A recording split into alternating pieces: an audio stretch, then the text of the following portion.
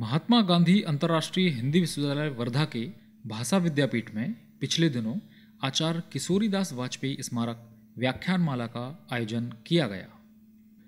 इस व्याख्यानमाला में अध्यक्ष के रूप में विश्वविद्यालय के कुलपति प्रोफेसर गिरीश्वर मिश्र तथा मुख्य वक्ता के रूप में भारतीय प्रौद्योगिकी संस्थान के पूर्व वरिष्ठ प्रोफेसर एवं वर्तमान में विश्वविद्यालय के अतिथि लेखक प्रोफेसर वागीश शुक्ल उपस्थित रहे। हिंदी व्याकरण के उद्भावक आचार्य किशोरीदास वाजपेयी की स्मृति में हर वर्ष नियमित रूप से व्याख्यानमाला के आयोजन के प्रति वचनबद्धता बताते हुए भाषा विद्यापीठ के अधिष्ठाता प्रोफेसर हनुमान प्रसाद शुक्ल ने कार्यक्रम की विस्तार से जानकारी दी। आज की आचार्य किशोरीदास वाजपेयी स्मारक व्याख्यानमाला के माननीय अध्यक्ष हमारे कुलपति प्रोफेसर गिरीश्वर मिश्र जी, हम सबके अत्यंत आदरणीय विश्वविद्यालय के माननीय अतिथि लेखक प्रोफेसर वागीश शुक्ल जी, जो आज इस व्याख्यानमाला के प्रथम व्याख्यान के वक्ता हैं, मित्रों और विद्यार्थियों, सबसे पहले तो मैं आप सबका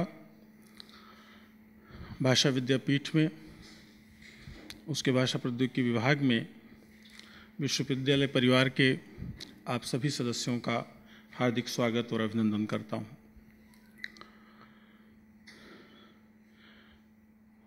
भाषा प्रौद्योगिकी विभाग ने इस वर्ष से आचार्य किशोरीदास वाजपेयी की स्मृति में एक व्याख्यानमाला, नियमित व्याख्यानमाला जो हर वर्ष आयोजित होनी है, उसका शुभारंभ किया है। इस व्याख्यानमाला में भाषा विज्ञान और भाषा प्रौद्योगिकी के क्षेत्र में प्रतिष्ठित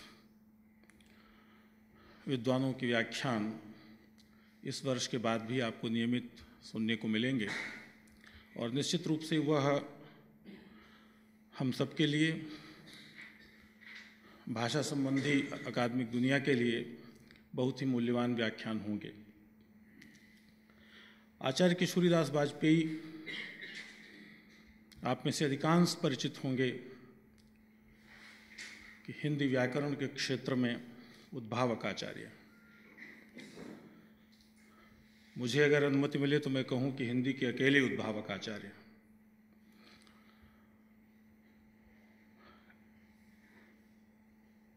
जिन विषम परिस्थितियों में रहते हुए जिस तरह का काम आचार्य किशोरीदास वाजपेयी ने किया है वह बेजोड़ तो है ही, लेकिन यदि हिंदी समाज आचार्य किशोरीदास वाजपेयी के लिए वैसी सम्मानजनक स्थितियां या बल्कि केवल सामान्य कार्य स्थितियां भी विकसित कर पाता तो आज हिंदी भाषा की दुनिया कहीं और अधिक समृद्ध होती। उनके कामों से आप सबका परिचय है। किशोरीदास वाजपेयी अपने स्वाध्याय के साथ साथ अपने प्रातिभ ज्ञान और सूझ के लिए हिंदी व्याकरण में, हिंदी भाषा संबंधी अपने चिंतन में स्मरण किए जाते हैं। वैसा प्रातिभ ज्ञान और वैसी सूझ किशोरीदास वाजपेयी के अलावा 20वीं शताब्दी के भारतीय भाषा चिंतन में विरल है। हिंदी शब्दानुशासन, राष्ट्रभाषा का प्रथम व्याकरण, ब्रजभाषा का व्याकरण, हिंदी निरुक्त, भारतीय भाषा विज्ञान जैसी उनकी प्रसिद्ध, चर्चित, प्रतिष्ठित पुस्तकें हैं। अब वाणी प्रकाशन ने उनकी ग्रंथावली भी प्रकाशित कर दी है। उनका सारा लेखन हम सबके सामने है। जिस तरह से और जिस अनुपात में आचार्य वाजपेयी का अध्ययन किया जाना था और उसका उपयोग होना था, मैं समझता हूँ मेरे अल्प ज्ञान की परिधि, मेरी जानकारी की सीमाओं में बहुत कम हुआ है। इसलिए भी जिस हिंदी समाज में आचार्य वाजपेयी को उनके योग्य सम्मान, उनके योग्य प्रतिष्ठा नहीं दे सका, उसके वंशज, उसके उत्तराधिकारी होने के नाते हम लोगों ने एक छोटा सा उनकी स्मृति में, उनके सम्मान में प्रयत्न किया है। मुझे लगता है कि यह व्याख्यानमाला आचार्य किशोरीदास वाजपेयी के प्रति हमारी और हमारे बाद की पीढ़ी में उनके लेखन में उत्सुकता पैदा करने का, उसके प्रति जिज्ञासा पैदा करने का, उनको जानने का और उनके काम का उपयोग करने का, उसको आगे बढ़ाने का काम करेगी। किशोरीदास वाजपेयी स्मारक इस व्याख्यानमाला के प्रथम व्याख्यान में श्रद्धेय प्रोफेसर वागीश शुक्ल जी ने अपना व्याख्यान देने की कृपा कर हम सब पर बड़ा उपकार किया है। आप सब उनकी विद्वता से, उनके ज्ञान से, उनके ज्ञान की रेंज से, इन सारी चीज़ों से अधिकांश लोग परिचित हैं। दर्जनों भाषाओं का सीधा प्रत्यक्ष संबंध, एक ऐसा दुर्लभ व्यक्तित्व जो हम लोगों के लिए तो एक आश्चर्य के अतिरिक्त और किसी प्रकार की सर्वप्रथम जो भावना हम लोगों के मन में चित्त में जगती है, वो एक लगभग मतलब एक आश्चर्य जैसा है, विस्मय का ही भाव पैदा होता है कि कोई इतना और इतना सब कैसे एक साथ कर सकता है। आप जानते हैं कि प्रोफेसर शुक्ल भारतीय प्रौद्योगिकी संस्थान नई दिल्ली में गणित के प्रोफेसर रहे हैं। भाषा और साहित्य के क्षेत्र में जो लोग काम करते हैं, जो लोग उससे जुड़े हैं, वो उनके व्यक्तित्व से अच्छी तरह से परिचित हैं। इसलिए मैं बहुत अधिक समय न लेकर प्रोफेसर शुक्ल का आह्वान करूंगा कि वे हम सब लंबे समय से जिस व्याख्यान के लिए प्रतीक्षा में हैं, वो व्याख्यान हम लोगों को सुनने को मिले। एक बार आप सबका हार्दिक स्वागत और अभिनंदन करते हुए मैं उनसे अनुरोध करता हूं कि वे व्याख्यान देने की कृपा करें। व्याख्यानमाला के प्रथम व्याख्यान में प्रोफेसर वागीश शुक्ल ने व्याकरण में स्त्री विषय पर अपने विचारों को विस्तार से बताया। जैसा कि आपको मालूम है, ये विषय है व्याकरण में स्त्री,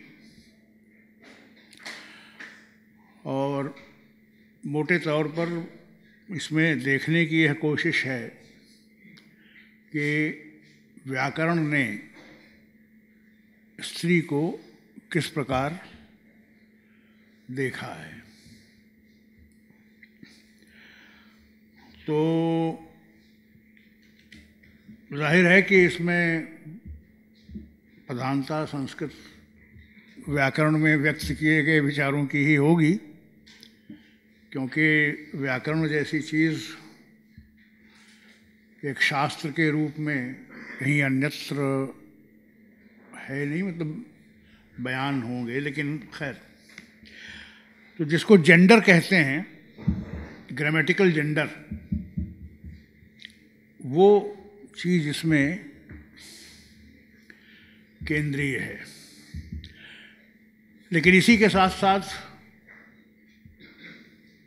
भाषा का और जेंडर का जो परस्पर है, वह भी बीच बीच में स्वाभाविक रूप से आता ही रहेगा।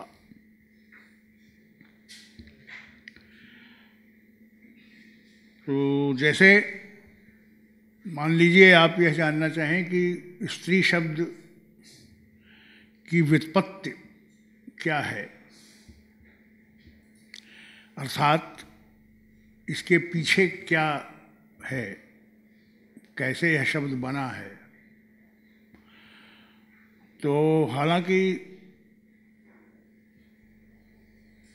व्याकरण में जो संस्कृत व्याकरण में भी जो जेंडर पर चर्चा है उसमें इसका उल्लेख मुझे नहीं मिला, लेकिन यास्क का एक कोटेशन है निरुक्त, जो निरुक्तकार ने लिखा है कि स्त्यायते अपत्रपण कर्मण स्त्री। तो उन्होंने स्त्य धातु से इसको निष्पन्न किया है और उसका अर्थ उन्होंने बताया है अपत्रपण कर्म यानी शर्माना, लजाना।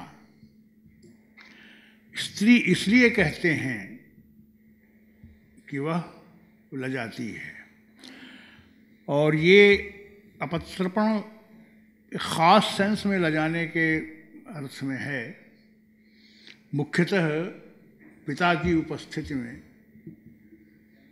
आप चाहें तो कह लीजिए गुरुजनों की उपस्थिति में, जो भी है। तो यहाँ जो प्रश्न जहाँ से मैं प्रारंभ करना चाहता हूँ वह यह है कि अगर स्त्री लजाने के नाते स्त्री है तो लजाने के पहले क्या स्त्री नाम की कोई चीज़ थी? यानी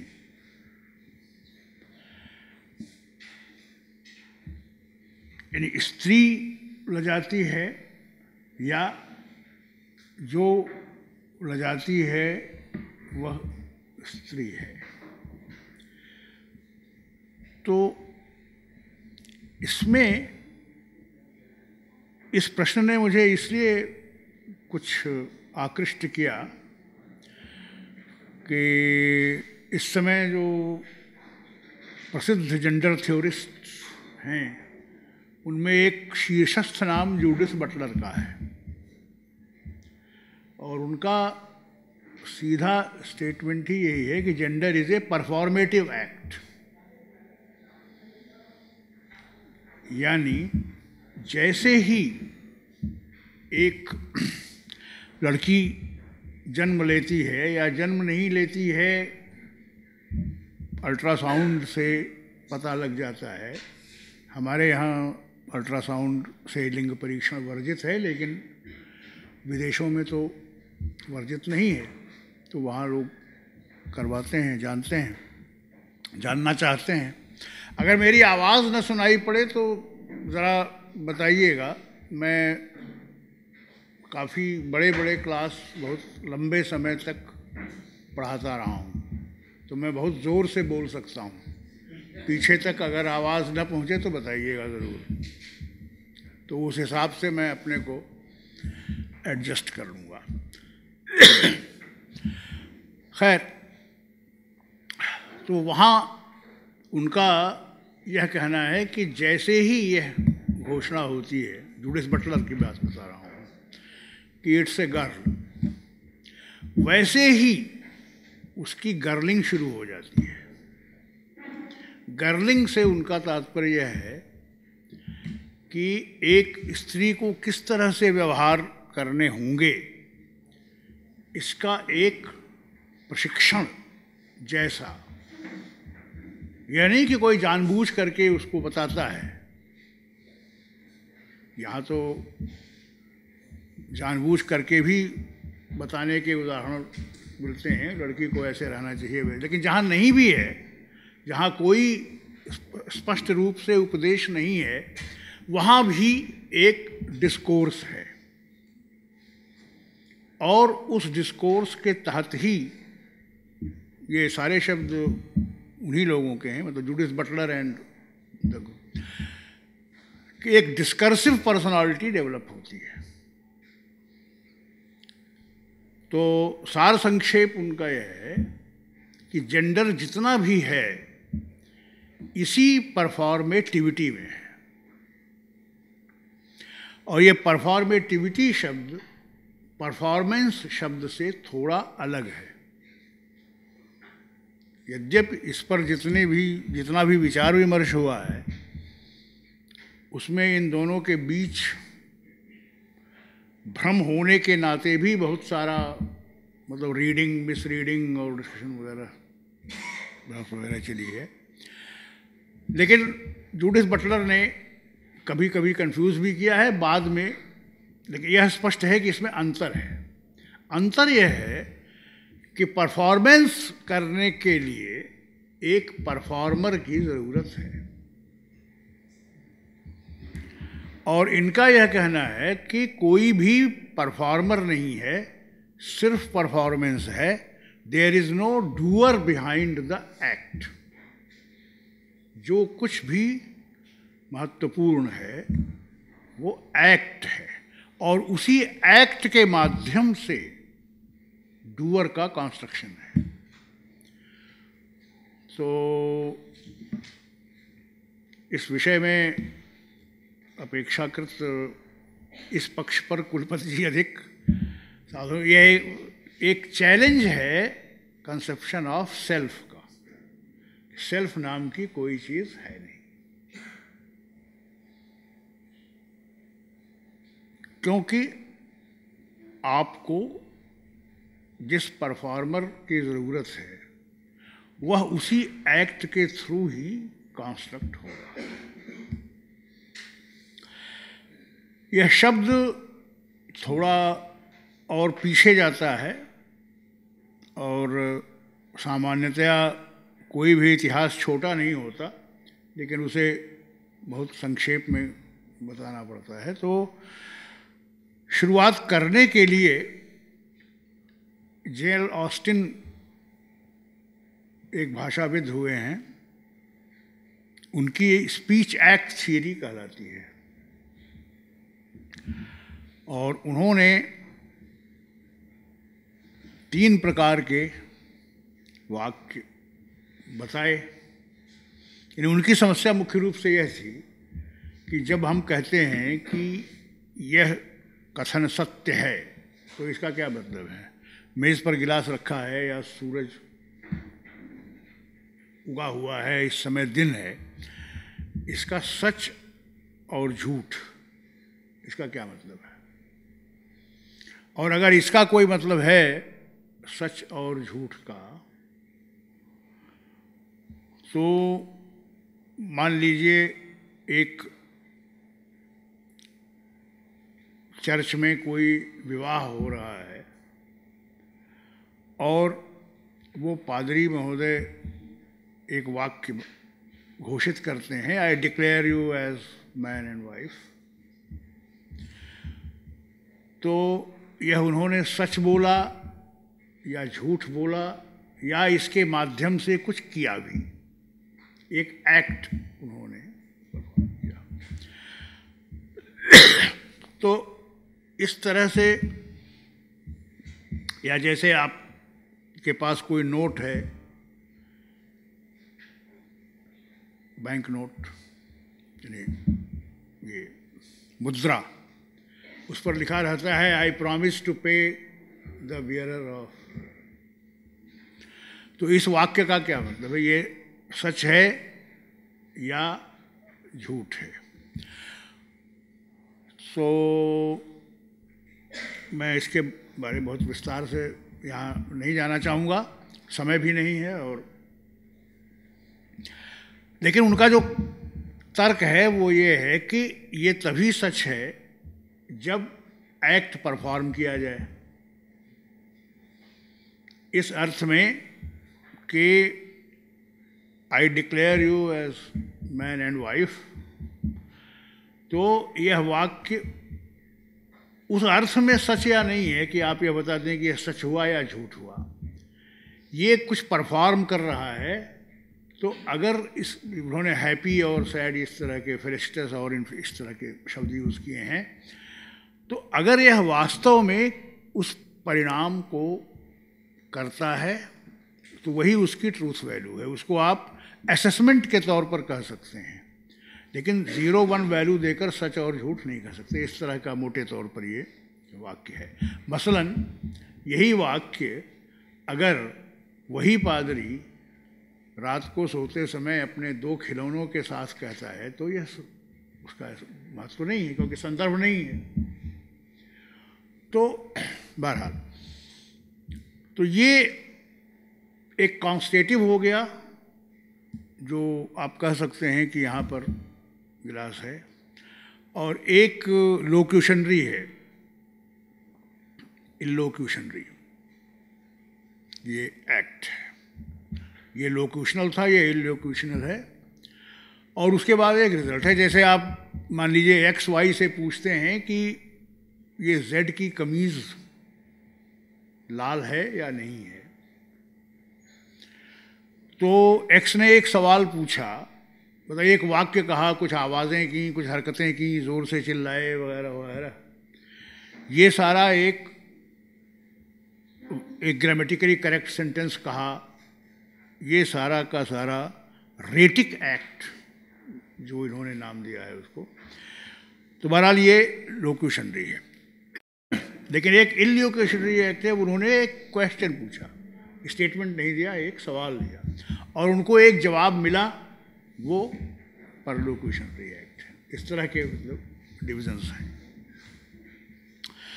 तो इसमें सारा महत्व संदर्भ का है। यानी अगर मैं कहता हूँ कि खेत में साँड़ है, तो यह एक सूचना भी हो सकती है और यह एक चेतावनी भी हो सकती है कि उधर मत जाइएगा। ठीक, तो संदर्भ से इसका जुड़ाव हुआ। अब इसमें जाक देरिदा साहब आए बीच में, और उनकी बातें समझाने में मतलब बहुत समय लगेगा, तो वो बिना लिखित रूप में, वो लिखित रूप में ही थोड़ा बहुत सामने आ सकता है। हमारे पास तो दरिदा साहब के भाषण की तरह की शक्ति नहीं, वो तो 4 घंटे लगातार बोलने वाले लोगों में से थे। बहरहाल उनका कहना ये है कि ये कंटेक्स्ट वंटेक्स्ट कुछ नहीं, जब तक आउट ऑफ कंटेक्स्ट नहीं जाएगा तब तक उस वाक्य के कोई मतलब नहीं है। जैसे आपने साइन किया, आई प्रॉमिस टू पे, नीचे दस्तखत है, वह दस्तखत तब तक दस्तखत नहीं है जब तक कि उस संदर्भ के बाहर भी उसे आप रिपीट नहीं कर सकते। कैसे पहचाना जाएगा कि यह वही सिग्नेचर है, आदि आदि। और जब भी आप संदर्भ के बाहर ले जाते हैं, उनका वर्ड है कोट, साइट, CIT, तो अगर आप उसे साइट करते हैं तो जाहिर है कि आप उसे मिसकोट भी कर सकते हैं, मिसयूज भी होगा। तो जब तक यह फ्रॉड की गुंजाइश नहीं है, जब तक जालसाजी की गुंजाइश नहीं है, तब तक वह हस्ताक्षर नहीं है। अब ये एक रेटोरिकल समरी है उसकी। तो एक साइटेबिलिटी की एक थ्योरी उन्होंने डेवलप कर रखी, बड़ा लंबा विवाद है। सिग्नेचर, इवेंट, कंटेक्स्ट, ये उनकी किताब है, उसके बाद का एक सीक्वल भी है। जूडिस बटलर ने इसको वहाँ से उठाया और उन्होंने कहा कि जेंडर जो है वो इन्हीं साइटेशंस के थ्रू होता है। रीसाइट, तो रीसाइट में उन्होंने री और साइट के बीच में एक हाइफन डाल दिया है कि आप बार बार उद्धरण देते हैं और यह उद्धरण देना ही, निरंतर उद्धरणों के माध्यम से ही, इसी परफॉर्मेटिविटी के माध्यम से जेंडर का कंस्ट्रक्शन होता है। भाषा के बाहर कोई भी सेल्फ नहीं है, आई, जिसके नाते भाषा के बाहर जेंडर भी नहीं है।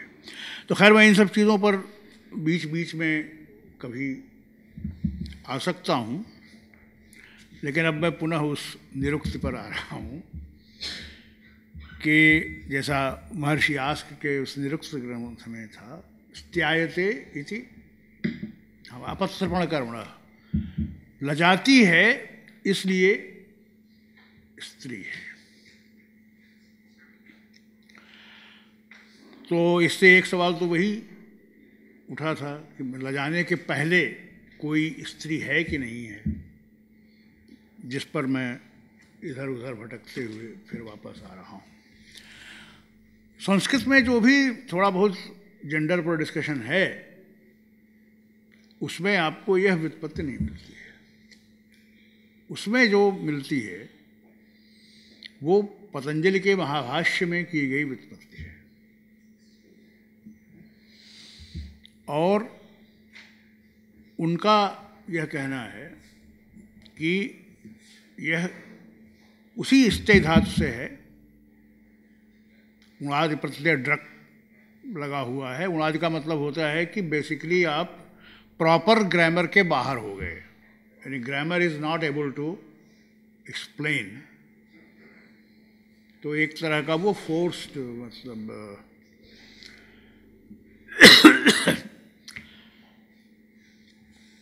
कंस्ट्रक्शन है, जिसको आप कह सकते हैं ग्रामेटिकल वायलेशन। शब्द व्याकरण में घुसपैठ किए हुए हैं, व्याकरण की फील्ड में प्रॉपरली सही दरवाजे से नहीं आया,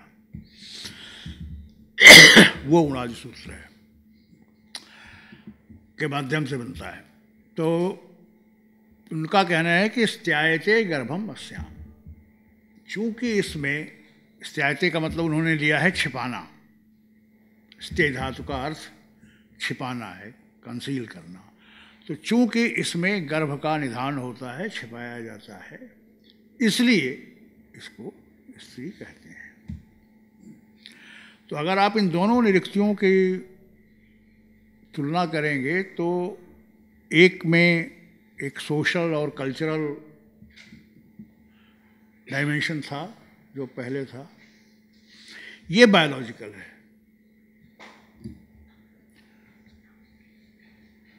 लेकिन जिस तरह का सवाल उसमें पहले था,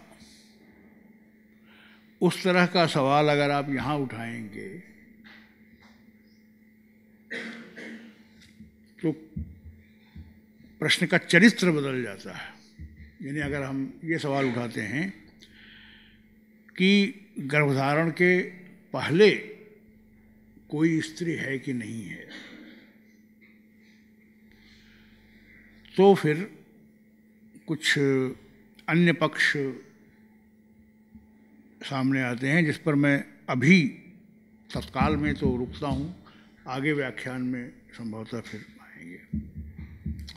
तो बहरहाल ये उसकी व्युत्पत्ति हो गई। अब इस पर जो बहस है वो आगे कई तो 7-8 पक्ष हैं इसके, जिस पर मैं बाद में आऊँगा। लेकिन ये चीज़ दिमाग में रखिए कि आगे जब हम व्याकरण में स्त्री पर बात करेंगे तो मुख्य रूप से हमारे सामने यह व्युत्पत्ति रहेगी, वाली जो पतंजलि वाली है, क्योंकि सारा डिस्कशन संस्कृत व्याकरण में इसी पर केंद्रित है, यास्क वाली व्युत्पत्ति पर नहीं है। अब मैं फिर उस उदाहरण पर आता हूँ जो खेत में साँड़ है, जो मैंने कहा, तो वह एक चेतावनी भी हो सकती है, जैसा कि कहा गया। उसका उद्देश्य भी एक हो सकता है कि आप वहाँ जाइए न जाइए, जो भी है, और एक सूचना भी हो सकती है सिर्फ।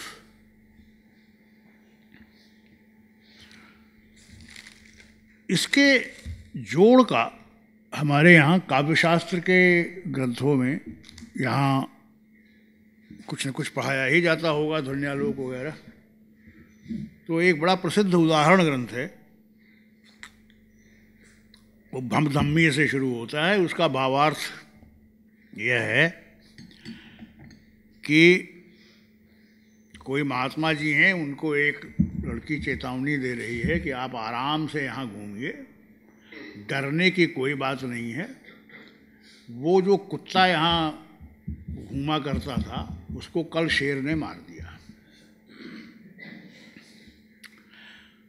तो जाहिर में तो ऐसा है कि वो उनको ये समझाया जा रहा है कि अब निश्चिंत होकर के घूमिए। लेकिन जैसा कि ध्वनिकार का कहना है और स्पष्ट भी है, वो चेतावनी दी जा रही है कि इधर झांकिएगा भी मत, क्योंकि उसको एक निरापद स्थान चाहिए। ये उसका तो ये ध्वनि काव्य का एक उदाहरण है। लेकिन इस उदाहरण की समानता के अलावा दोनों के कंसर्न्स डिफरेंट हैं। यानी परफॉर्मेटिविटी का कंसर्न और ध्वनि का जो कंसर्न है ये थोड़ा अलग है, दूसरी डायरेक्शंस में आ रहा है। क्योंकि ये जो स्पीच एक्ट थ्योरी है, इसका तो कहना यह है कि जब भी कविता में कोई वाक्य आता है, नाटक में कोई वाक्य आता है, तो चूंकि वो परफॉर्मेंसेस वही नहीं रहती हैं,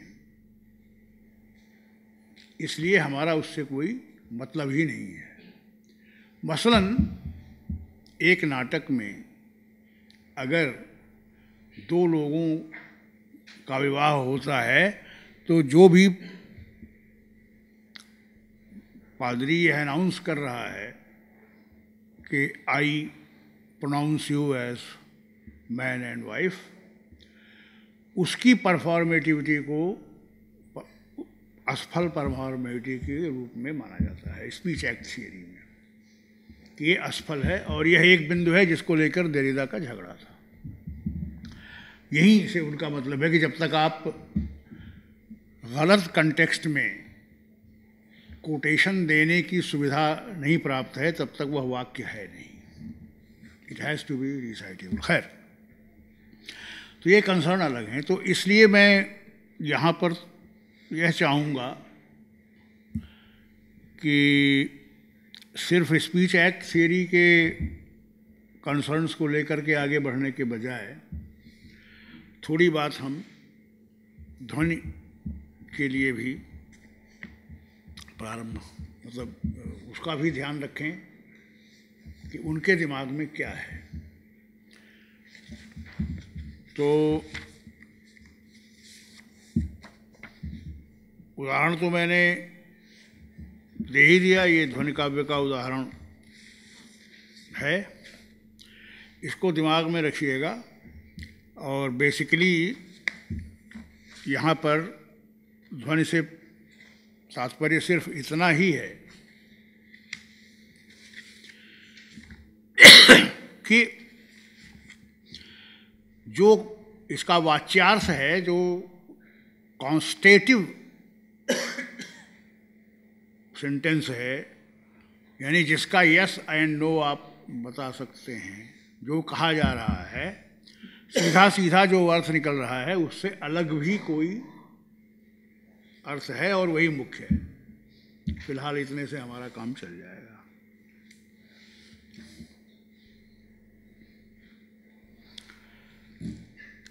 तो अब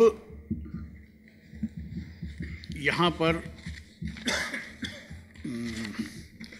कुछ चीज़ों को शायद पहले से ही निराकृत कर देना अच्छा रहेगा। तो कुछ इस तरह के स्टेटमेंट्स भी आपको मिलेंगे जेंडर डिस्कशन के नाम पर, जैसे कि एक कुछ उदाहरण एक जगह पर से मुझे कलेक्ट किए हुए मिले। प्रसाद जी का यह प्रसिद्ध वाक्य है, या के नव नील इंद्र लघुशृंग फोड़कर धधक रही हो कांत, एक लघु ज्वाला मुखी अचेत, माधवी रजनी में अष्टांश। अच्छा, फिर पंत जी का है, रुधिर से फूट पड़ी रुचिमान पल्लवों की यह सजल प्रभात। तो पंत जी प्रभात, प्रात, जलजात ये सब स्त्रीलिंग में इस्तेमाल करते रहे। तेरे मानस की जलजात, प्रिय प्राणों की प्राण वगैरह वगैरह। इन सभी में उनका एक तर्क भी था। उन्होंने कहा कि प्रभात की जो कोमलता है और जलजात में, कमल में जो कोमलता है, ये सब चीज़ें मुझे पुल्लिंग में इस्तेमाल करने पर गलत लगती हैं। तो इस तर्क से उन्होंने वहाँ पर स्त्रीलिंग में इस्तेमाल किया है। अर्थात अगर कोई शब्द स्त्रीलिंग में इस्तेमाल किया जाएगा तो अपने आप उसमें तमाम ऐसी चीज़ें आ जाएंगी जो कि स्त्रियोचित हैं, इन कोट्स, जिसमें कोमलता और इस प्रकार के तमाम। ये एक वाइड कंसेप्शन है ये, और इससे हमारा सरोकार नहीं रहेगा। ये मैंने सिर्फ इसलिए उदाहरण दिया कि इसको आप मेरा इस व्याख्यान का विषय क्षेत्र मत मानिएगा। ऐसे ही एक अच्छी हिंदी किताब है, बाबू रामचंद्र वर्मा की किताब बहुत ही अच्छी है, लेकिन एक उन्होंने सवाल उठाया कि हिंदी में गेंद पुल्लिंग है और ब्रज भाषा में गेंद जो है स्त्रीलिंग है, तो इसका आंसर क्या हो सकता है, कारण क्या हो सकता है। तो कारण उन्होंने यह बताया कि ब्रज में सरसता, कोमलता और इस तरह के बहुत तत्व हैं, तो स्त्रीलिंग बहुल भाषा है। तो इस तरह की बातें होती रहती हैं, और कुछ हद तक ये हेलेन सिक्सू वगैरह ने भी इस तरह की बातें की हैं। या मत समझिएगा कि सिर्फ यही लोग करते रहे हैं, कुंतक में भी। खैर वो सब, तो ये हमारा मतलब टॉपिक ऑफ डिस्कशन नहीं, मतलब हम इस पर नहीं बहस कर रहे हैं कि स्त्रीलिंग के नाते कोमलता आ जाती है या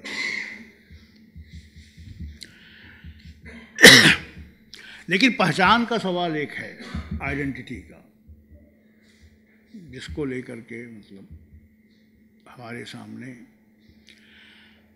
वो सिग्नेचर क्या है, वो आइडेंटिटी क्या है जो जेंडर से कॉन्स्ट्रक्ट होती है, और क्यों उसकी पैरोडी होती है, इस अर्थ में कि मतलब कुछ पुरुष हैं मान लीजिए। पहले तो सवाल यही है, जैसा कि जूडिथ बटलर ने एक उठाया, पूछा कि एनाटॉमिकल मेल या क्रोमोसोमल मेल या हार्मोनल मेल, मतलब कौन सा मेल, और उसका क्या रोल असाइंड है, कैसे वो। तो ये बेसिकली एक एक्टिंग की बात है। तो कैसे पहचाना जाए, यह एक सवाल उठेगा। यानी कहने का मतलब ये है कि सेक्स या जेंडर, जो भी उसका नाम लीजिए, एक पहचान का माध्यम रहा है। आप आइडेंटिफाई करते हैं दूर से देख करके। अगर कोई स्त्री सड़क क्रॉस कर रही है और उधर से कार आने पर उसके कुचले जाने का भय है, आप नहीं जानते कि ये नाम क्या है आदि आदि, तो आप ऐसे ही नहीं चिल्लाएंगे, है औरत जरा इधर देखो, मैडम जरा संभल के। या अगर कोई पुरुष होगा, कोई हो, तो ये सब आइडेंटिटी के मार्कर्स हैं। तो यास्क ने, मैं फिर निरुक्त पर ही आता हूँ, एक दिलचस्प किस्सा दिया है। उन्होंने आचार्य शाकपूरी का एक उदाहरण दिया कि उनको गर्व हो गया कि मैं सभी देवताओं को जानता हूँ। तो उनके सामने एक उभयलिंगा देवता प्रकट हुई, यानी एक ऐसी देवी, जिसमें दोनों जेंडर साइंस थे या सेक्स साइंस थे। तो शाकपूर्ण ने कहा कि मैं तो नहीं जानता, मैं नहीं पहचान पाया। तो उन्होंने एक ऋचा उनको बताई, उसके अलग प्रॉब्लम्स हैं, मैं उसमें डिटेल में नहीं जाना चाहता हूँ। लेकिन पॉइंट ये है इस किस्से का जो मैं यहाँ कोट कर रहा हूँ, वो ये है कि अगर जेंडर आइडेंटिटी में कंफ्यूज, मतलब ये एक इंटरवेंशन था, सबवर्सिव एक्ट था जो उस देवता ने वहाँ पर अपने को प्रकट करके किया। Subversion of the frame in which you recognise somebody by the gender और द सेक्स, ये था।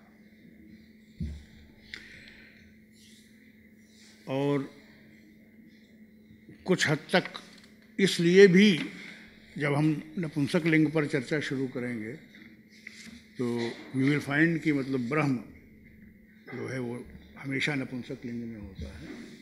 लेकिन पॉइंट ये है इस किस्से का जो मैं यहाँ कोट कर रहा हूँ, वो ये है कि अगर जेंडर आइडेंटिटी में कंफ्यूज, मतलब ये एक इंटरवेंशन था, सबवर्सिव एक्ट था जो उस देवता ने वहाँ पर अपने को प्रकट करके किया।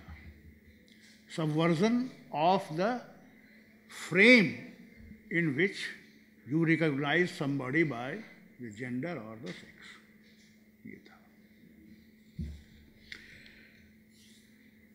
और कुछ हद तक इसलिए भी जब हम नपुंसक लिंग पर चर्चा शुरू करेंगे तो वी विल फाइंड कि मतलब ब्रह्म जो है वो हमेशा नपुंसक लिंग में होता है। We will come to that. लेकिन मैं अभी सिर्फ यही पर कह रहा हूँ कि अगर क्लियर मार्कर्स नहीं हैं तो पहचान में जो दिक्कत होती है उसका भी एक प्रकारांतर से स्वीकार भाषा में किया गया है। खैर, तो मैं बात कर रहा था ध्वनि की। तो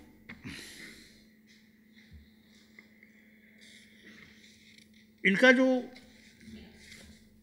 काव्य लक्षण है,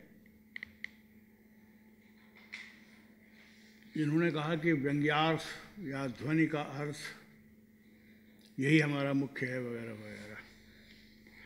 तो करीब 12-13 कारिकाएं हैं प्रारंभ की।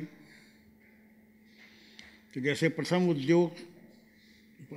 कारिका जो है उसमें यह अर्थ, ये पुल्लिंग हो गया अर्थ।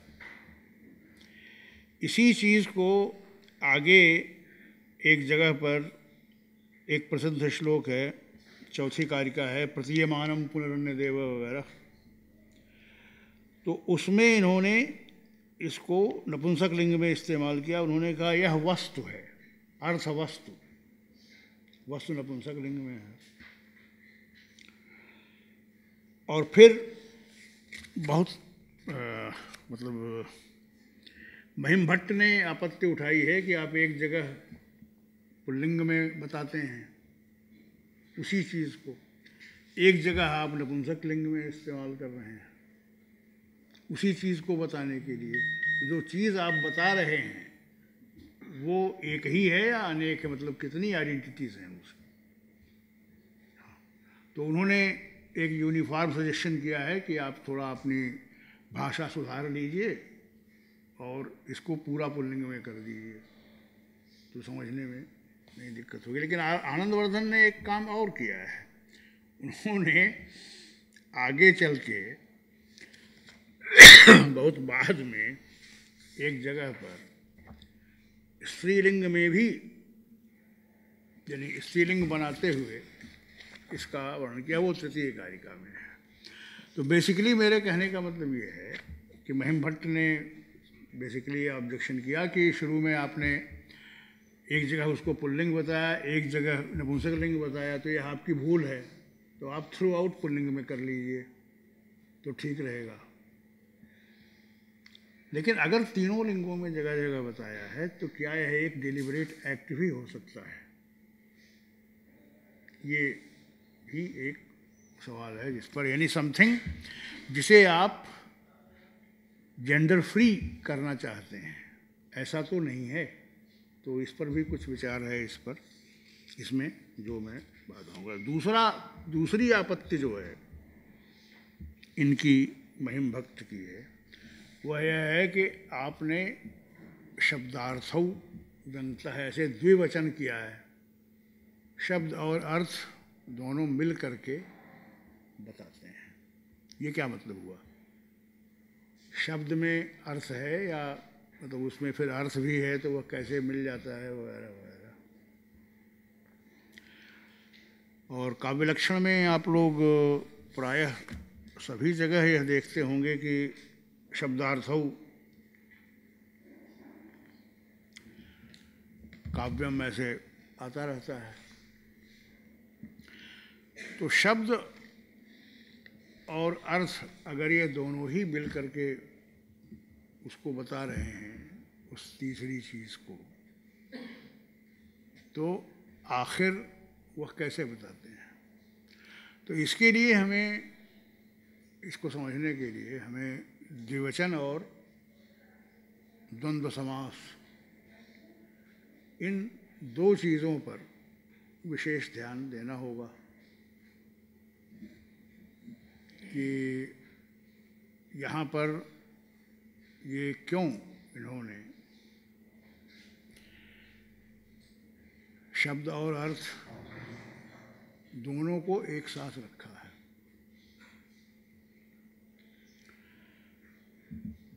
तो द्वंद्व समास यहाँ पर है। हिंदी में समास होता नहीं है और मतलब सिर्फ संस्कृत में ही है, तो सारा डिस्कशन उसी भाषा को लेकर के है। तो द्वंद्व समास में क्या होता है? पतंजलि ने एक उपमा दी है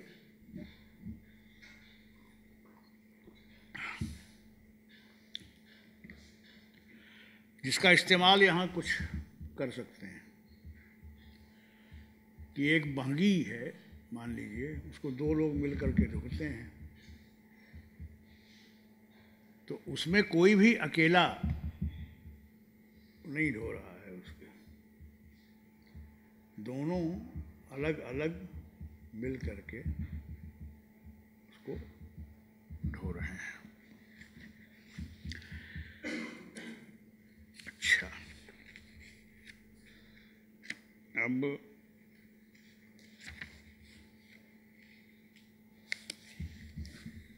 यहाँ पर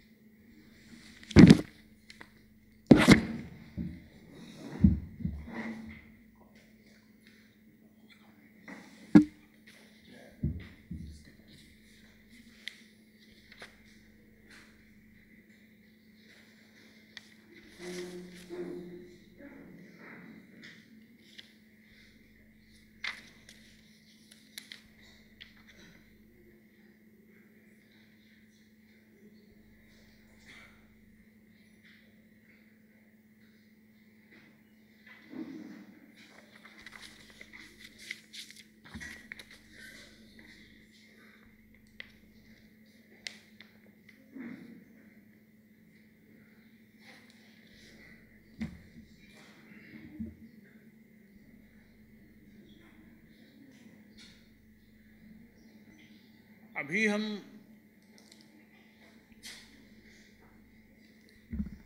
मैं द्वंद्व समास पर सिर्फ इतना कह के रुक जाता हूँ कि ये दो तरह का होता है, एक समाहार द्वंद्व और एक इतरेतर।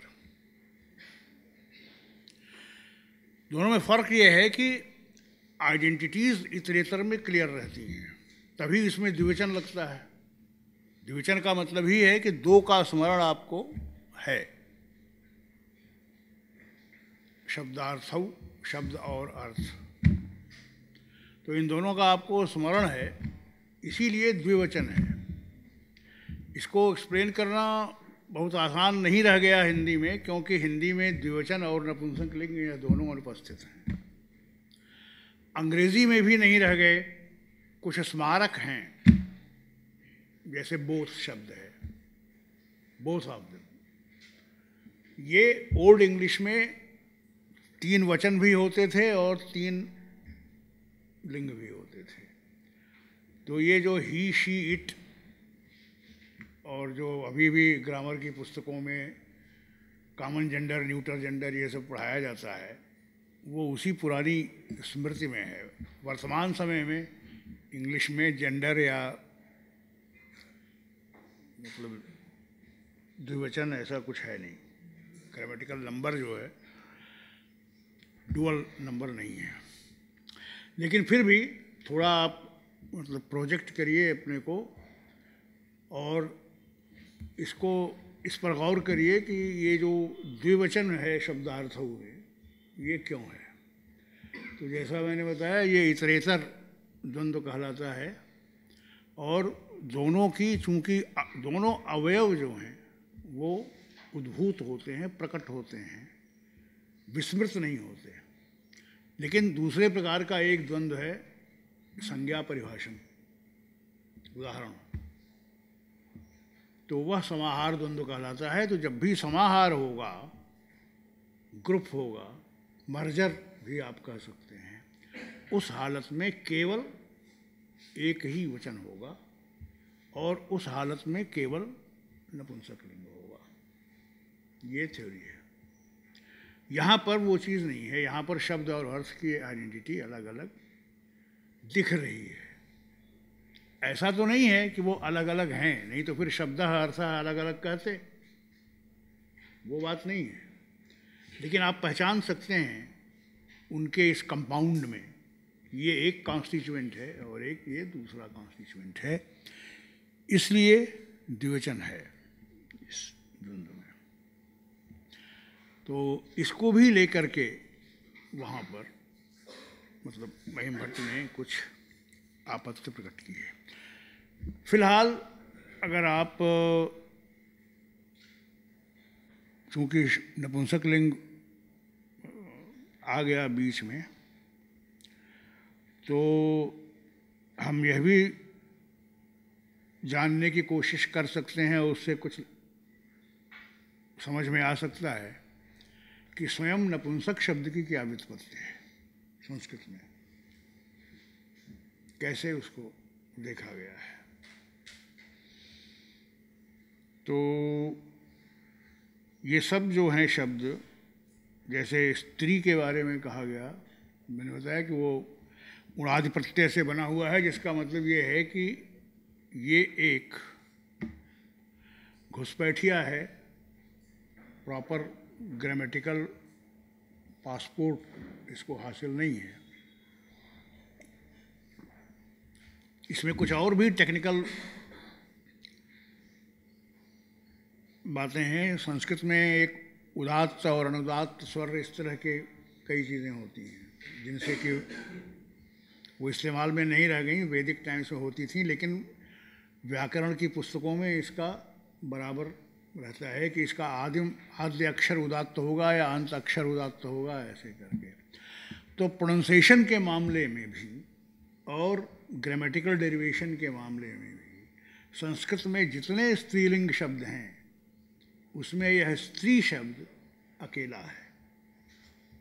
कोई भी दूसरा स्त्रीलिंग शब्द ऐसा नहीं है जो जिसका ग्रामेटिकल रास्ता यही हो।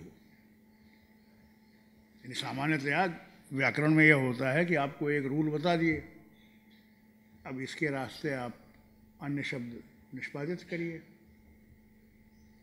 वो चीज़ इसके साथ नहीं है, ये अकेला ही है, उच्चारण के मामले में भी और अन्य व्युत्पत्तियों के बारे में भी वगैरह वगैरह। बहरहाल, तो we were talking of the नपुंसकलिंग। तो उसमें क्या होता है कि एक तो खैर यह भी जान लीजिए कि पुमान शब्द भी इसी तरह से एक ग्रामेटिकल घुसपैठिया है। तो स्त्री च पुमान च, तो इसको समास में जब द्वंद्व समास जब किया तो ये हुआ पुंसव, और इसमें स्त्री का ट्रेस गायब हो गया, एक ही बच गया। ओनली द, मतलब जो स्त्री शब्द है वो अंडरग्राउंड हो गया इसमें। द्विवचन है लेकिन सरफेस पर सिर्फ पुमान बचा हुआ है। Only the male is on the surface. तो ये तो पुंसव द्विवचन हुआ। इसको निपात से, निपात का मतलब है फोर्सिबली, जबरदस्ती, पुंसक में बनाया। ये पुंसक हो गया। तो पुंसक का मतलब हो गया कि वह पुंसव की जगह पर आया हुआ है, पहली बात। दूसरा, वह पुंसव में स्त्री और पुरुष दोनों ही शामिल थे। अब उसके बाद फिर जब न जोड़ते हैं, नाइदर मेल नॉर फीमेल, एक सरफेस मतलब काम चलाऊ ट्रांसलेशन हो गया, वो नपुंसक है। प्रॉब्लम यहाँ पर थोड़ी सी ये है कि मामला इतना आसान नहीं है। इसके पहले जो न शब्द आया है वो निगेशन, तो इसको नए समास कहते हैं। ए कंपाउंड आउट ऑफ जिस, ए compound in which the first component is negation. पुरुष, स्त्री, नपुंसक, ये तीन नाम ले चुके, और जगह जगह ये छितराए हुए दिखाई दिए व्याकरण में। इसका भी हमने कुछ जिक्र किया। लेकिन ये शब्द में प्रकट कैसे होते हैं?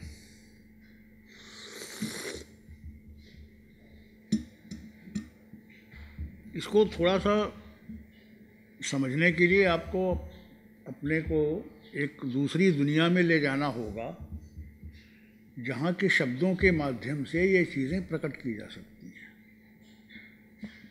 हिंदी में शब्दों के माध्यम से ये चीज़ नहीं प्रकट होती है, क्रियाओं के माध्यम से होती है।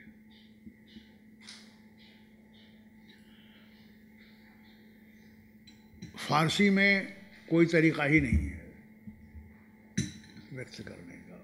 मतलब एक बहुत पुराना चुटकुला है कि पूरी यूसुफ ज़ुलेखा मसनवी है, पढ़ गए, ये पता नहीं लगा कि यूसुफ मर्द है कि ज़ुलेखा मर्द है।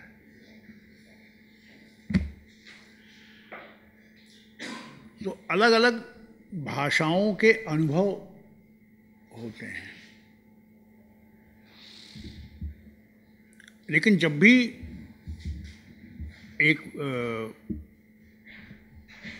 मतलब इस तरह का भाषा और जेंडर का जब संबंध, आप लैंग्वेज एंड जेंडर पर जब भी आएंगे, आपको कहीं ना कहीं से आंकड़े उठाने होंगे। तो चूंकि इसमें सबसे अधिक चर्चा थी, इसलिए मैंने इसको उठाया।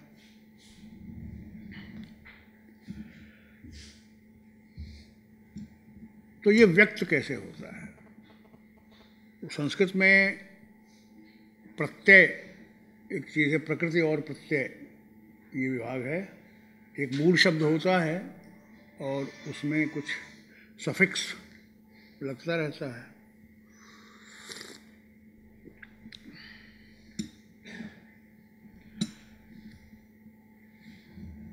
स्त्री व्यक्त करने के लिए कुछ सफिक्स होते हैं,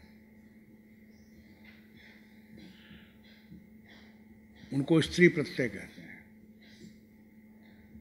व्याकरण में एक सेक्शन है स्त्री प्रत्यय का।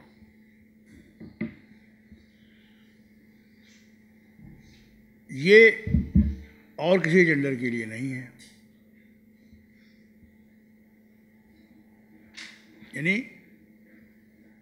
पुरुष के लिए नहीं है। उसको बताने के लिए अलग से कोई सफिक्स नहीं है। नपुंसक लिंग को बताने के लिए अलग से कोई सफिक्स नहीं है। रूल्स हैं या डिक्लेरेशंस कहिए, रूल्स न करके डिक्लेरेशंस हैं कि ये शब्द हमेशा पुल्लिंग में रहेगा या यह शब्द हमेशा स्त्रीलिंग में रहेगा या यह शब्द हमेशा नपुंसक लिंग में रहेगा। इस तरह के डिक्लेरेशंस हैं, या यह दोनों लिंगों में हो सकता है या तीनों वगैरह वगैरह।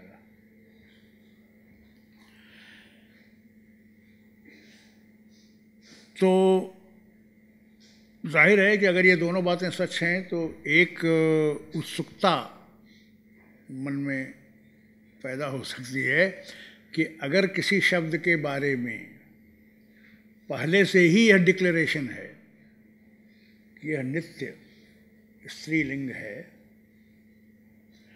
तो क्या उसमें ऐसा प्रत्यय कोई लगाया जा सकता है जिसे हम स्त्री प्रत्यय के नाम से जानते हैं।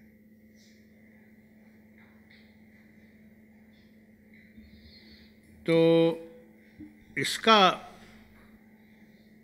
भी मतलब इसका उत्तर बड़ा दिलचस्प है कि लगाया जा सकता है। और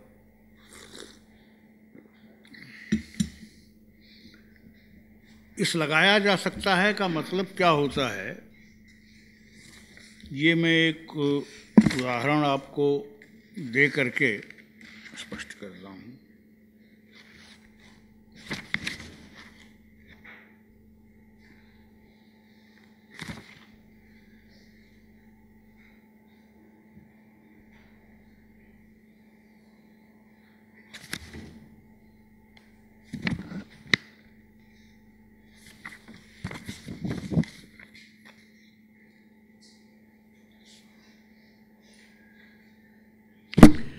एक शब्द है व्यावक्रोशी।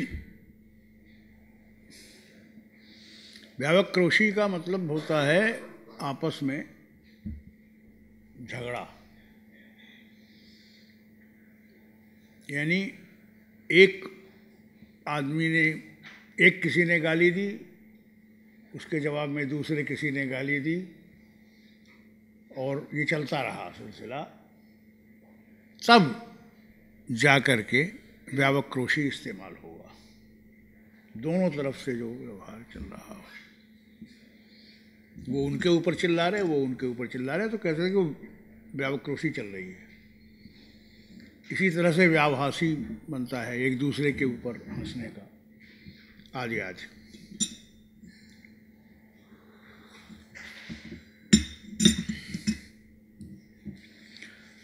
तो इसमें स्त्रीत्व की जो व्यंजना की गई है, ये शब्द स्त्रीलिंग में है, इसमें जो स्त्रीत्व यह शब्द स्त्रीलिंग में है, इसकी सूचना देने के लिए इसमें 3 डिवाइसेस हैं, सो टू स्पीक। एक तो नहीं, 3 डिवाइसेस हैं।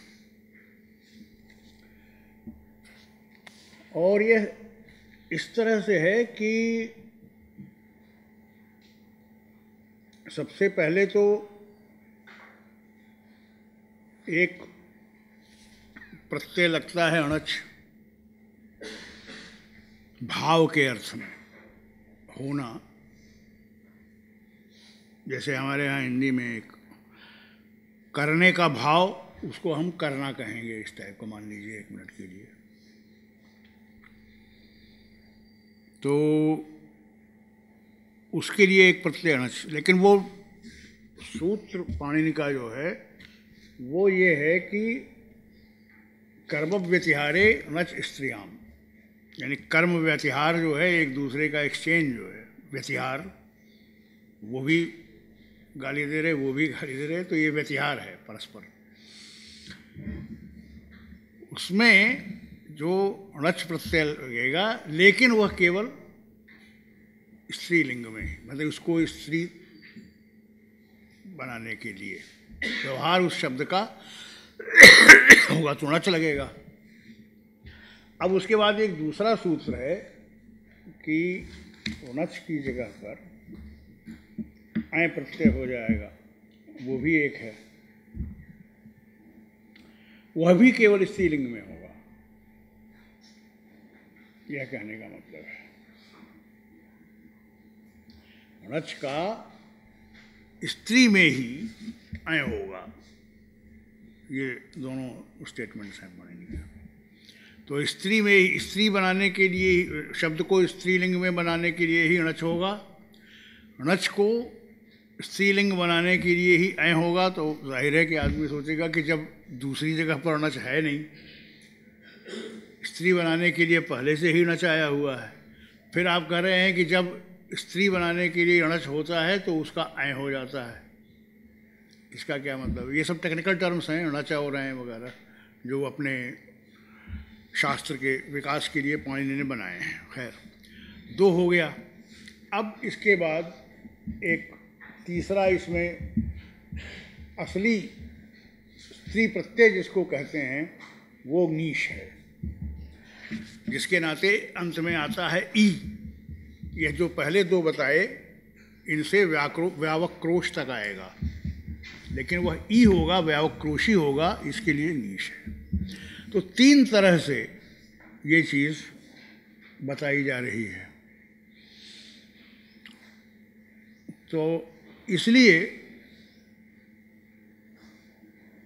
ये एक स्वाभाविक प्रश्न है कि कितने प्रकार के स्त्रीत्व हैं, यानी ये जो तीन डिवाइसेस हैं, ये तीन प्रकार के स्त्रीत्व को बताने के लिए हैं, या एक ही स्त्रीत्व है जिसको तीन प्रकार से बताया जा रहा है, तीन डिवाइसेस के माध्यम से।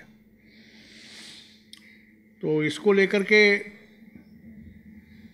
काफ़ी विचार महाभाष्य में है, लेकिन बहरहाल एक उपमा उन्होंने दी है डिस्कशन के बीच में, वो फाइनल पोजीशन नहीं है उनकी, लेकिन बीच में उन्होंने एक जगह पर यह कहा है कि जैसे मान लीजिए आपने एक दिया जलाया, कुछ अंधेरा दूर हुआ,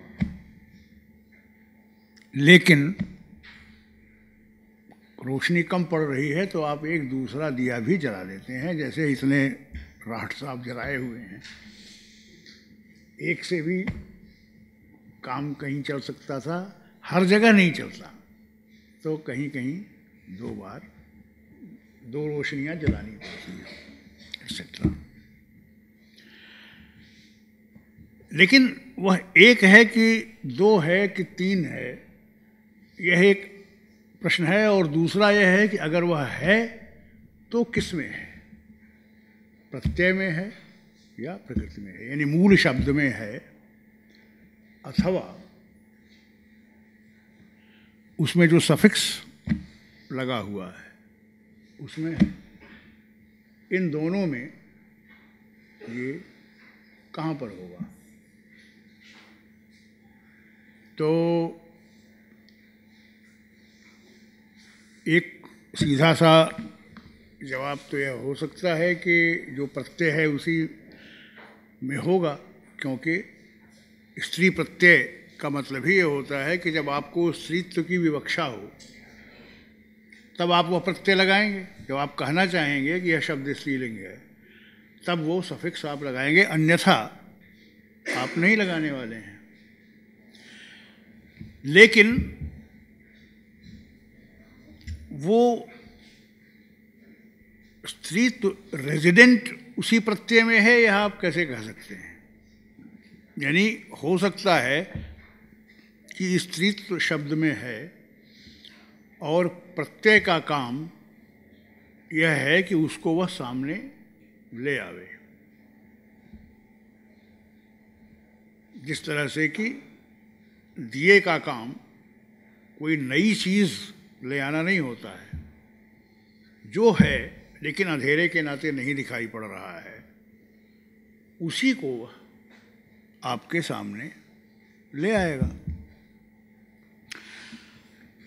तो ये एक डिस्कशन इन्होंने स्टार्ट किया, जिसका सबसे बड़ा और आयरॉनिक उदाहरण स्वयं स्त्री शब्द है।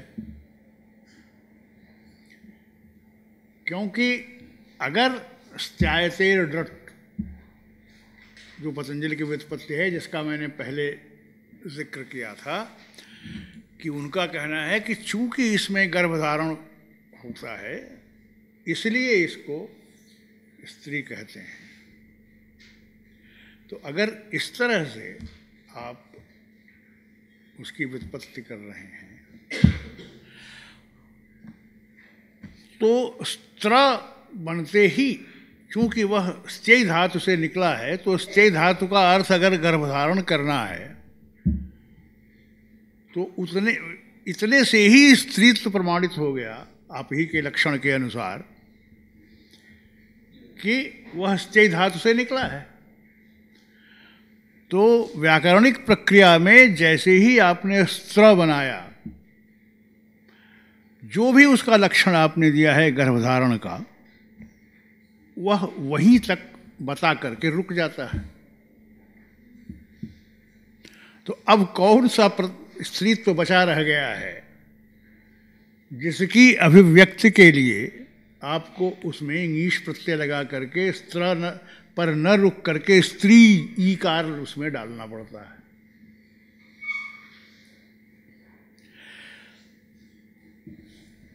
यानी एक तरह से यह सवाल फिर उस पर है कि मतलब कितने स्त्रीत्व हैं, लेकिन यहाँ उसी बात को दोबारा कहने की ज़रूरत नहीं है, क्योंकि वह ऑलरेडी हम सवाल उठा चुके। दूसरी बात इसमें यह पूछी जा सकती है, ये जो प्रत्यय वगैरह लगते हैं जिनको आप स्त्री प्रत्यय कह रहे हैं, ये वाचक हैं या द्योतक हैं? यानी ये खुद अपने आप में स्त्रीत्व को प्रकट करते हैं या स्त्रीत्व पहले से है, शब्द में ही है और उसको बताने के लिए है। जैसे कि दिया उसी चीज को सामने ले आता है जो पहले से मौजूद है, अंधेरे के नाते दिखाई नहीं पड़ती थी। यहाँ सिर्फ एक साधारण मतलब एक लाइट हार्टेड रिमाइंडर के तौर पर आप वो पंत जी का याद कर लीजिए कि प्राणों की प्राण और की प्रभात की जलजात वगैरह। तो की लगा देने से ही अगर वो शब्द स्त्रीलिंग हो जाएगा आदि आदि। तो उस स्त्रीत्व की सत्ता कहाँ है? मतलब कमल में है या इसकी में है जो लगा करके उसमें लगाया गया है? इस तरह से भी ये पूछ सकते हैं। बहरहाल we try to concentrate on this. तो इसका एक उत्तर टाइप कह लीजिए, क्योंकि डिस्कशन वहाँ ख़त्म नहीं हुआ, उसके भी प्रतिवाद हैं, लेकिन यह है कि ये प्रत्यय जो हैं ये द्योतक हैं, यानी पहले से जो मौजूद है उसको प्रकट करने के लिए प्रत्यय लगाते हैं, न कि वह अलग से उसमें स्त्रीत्व आरोपित करता है। शब्द में जो कुछ पहले, मूल शब्द में रादर प्रकृति में जो कुछ पहले से मौजूद है स्त्रीत्व, उसी को वह प्रकट करता है।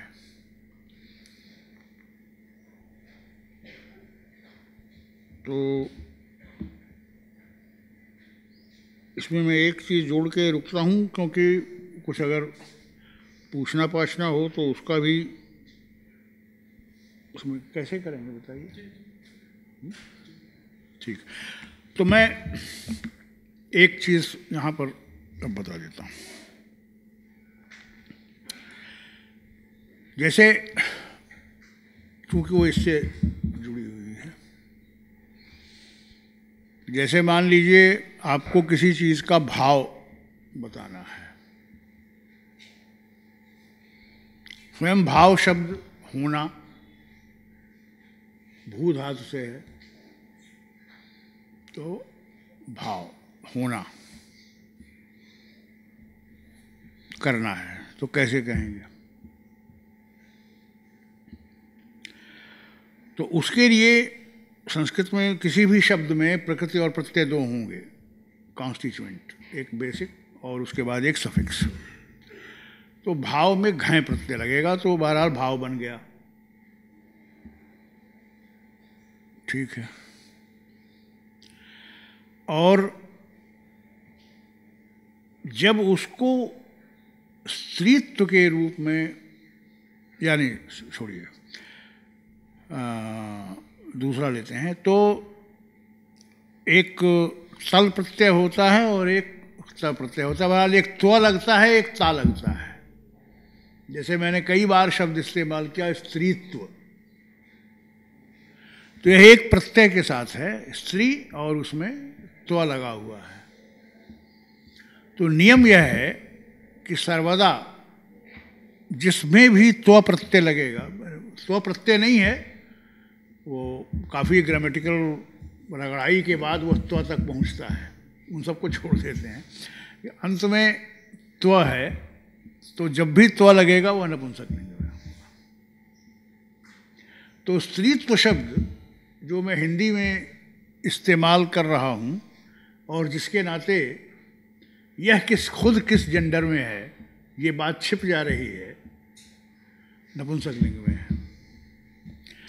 लेकिन चूंकि हिंदी में थोड़ा ऑड लगेगा इसलिए मैंने नहीं इस्तेमाल किया, वरना इसी चीज़ को मैं स्त्रीता से भी कह सकता था।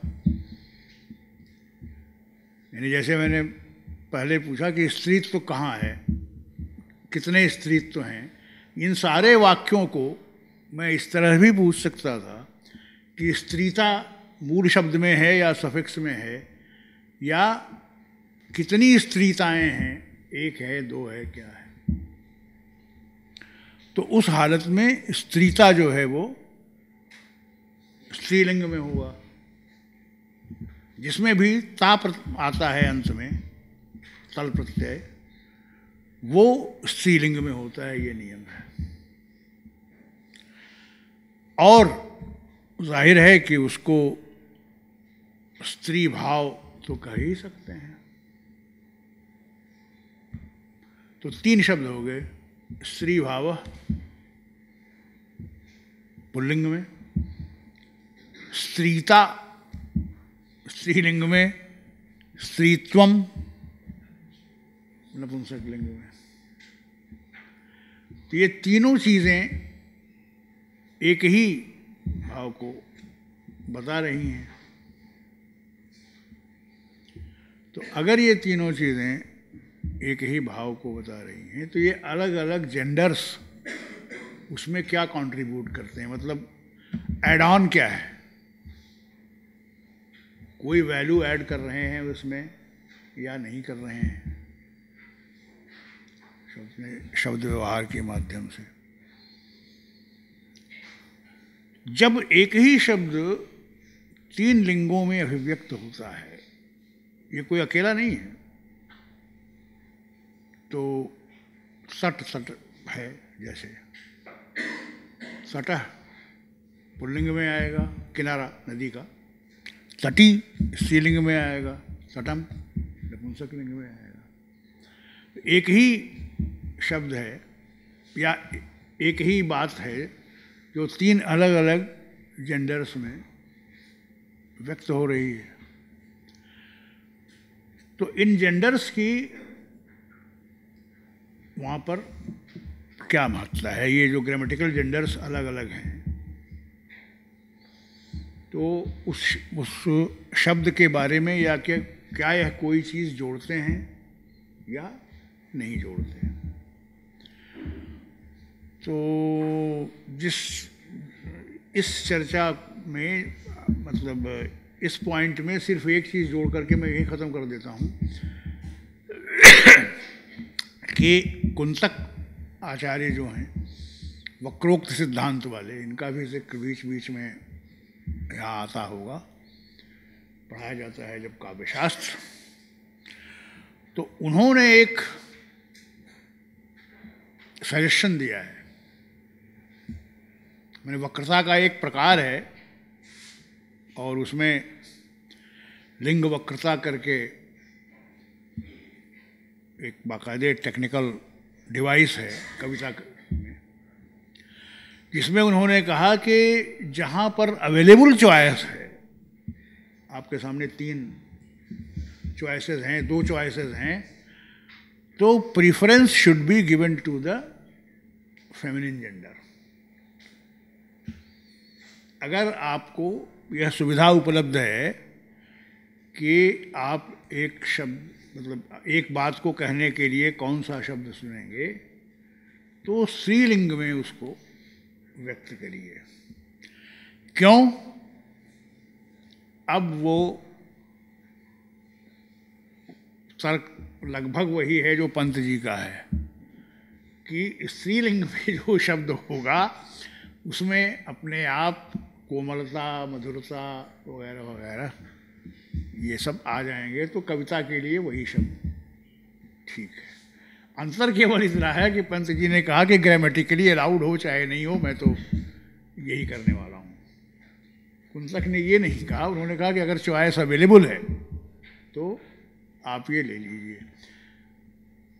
Surprisingly and unfortunately theory available सबके लिए है, यानी थ्योरेटिकली उनका जो थ्योरेटिकल फ्रेमवर्क है उसमें उनको कुछ उदाहरण ऐसे भी देने चाहिए थे जहाँ वो ये बताते कि यहाँ पर पुल्लिंग में ही व्यक्त करना चाहिए वगैरह वगैरह, लेकिन एग्जाम्पल सारे स्त्रीलिंग हैं। खैर, तो हम बार बार एक चीज़ यह देख रहे हैं कि ये एक सो कॉल्ड सपीर-वार्फ हाइपोथेसिस है, जिसमें यह माना जाता है कि भाषा ही इस संसार को रचती है, लेकिन एक क्रूड सेंस में,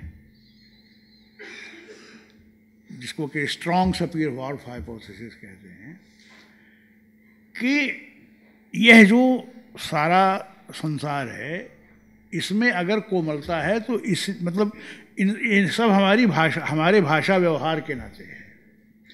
तो अगर आपने यह मान लिया कि स्त्री कहते ही कोमलता, मधुरता आदि तमाम गुण आपके भाषा में, आपकी कविता में, आपके वाग व्यवहार में उपस्थित हो जाते हैं, तो ऐसी परिस्थिति में आप यह भी मानने को विवश होंगे कि ये सारे गुण भी इसी नाते होते हैं कि आपने स्त्रीलिंग शब्द का व्यवहार किया, अन्यथा क्या। यानी फिर कोमलता की डिफिनीशन भी आपको इसी तरह से देनी पड़ेगी कि जो चीज़ें स्त्रीलिंगवाची शब्दों से व्यक्त होती हैं वे कोमल हैं।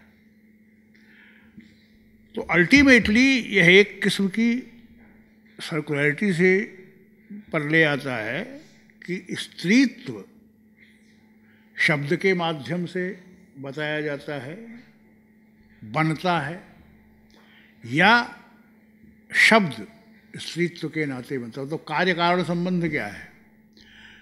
चूंकि कोई चीज़ पहले से स्त्री थी इसलिए व्याकरण में वह स्त्रीलिंग है, या चूंकि व्याकरण में उसे स्त्रीलिंग से बताते हैं इसलिए जिसे बताते हैं वह स्त्री है।